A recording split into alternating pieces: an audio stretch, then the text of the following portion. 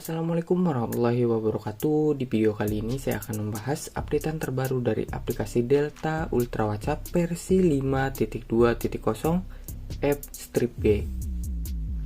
Permasalahan-permasalahan yang timbul di versi sebelumnya dari aplikasi Delta Ultra WhatsApp, terutama permasalahan yang sering dialami oleh pengguna aplikasi Delta Ultra WhatsApp, yaitu notifikasi kadaluarsa untuk di versi 5.2.0 App sudah tidak ada notif kadaluarsa.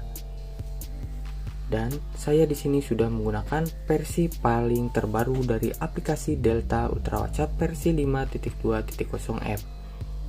Untuk teman-teman yang menggunakan aplikasi Delta Ultra WhatsApp versi-versi sebelumnya, segera lakukan update agar tidak ada masalah lagi yang timbul di versi-versi sebelumnya, terutama permasalahan notifikasi kadaluarsa. Jika teman-teman masih mengalami masalah di versi terbaru dari aplikasi Delta Ultra WhatsApp, tulis saja di kolom komentar, biar kami yang menyampaikan ke pihak developer.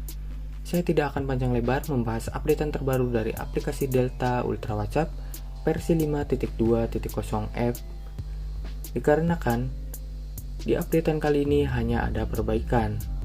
Saya Sunanta Wijaya, sampai jumpa di konten selanjutnya. Wassalamualaikum warahmatullahi wabarakatuh.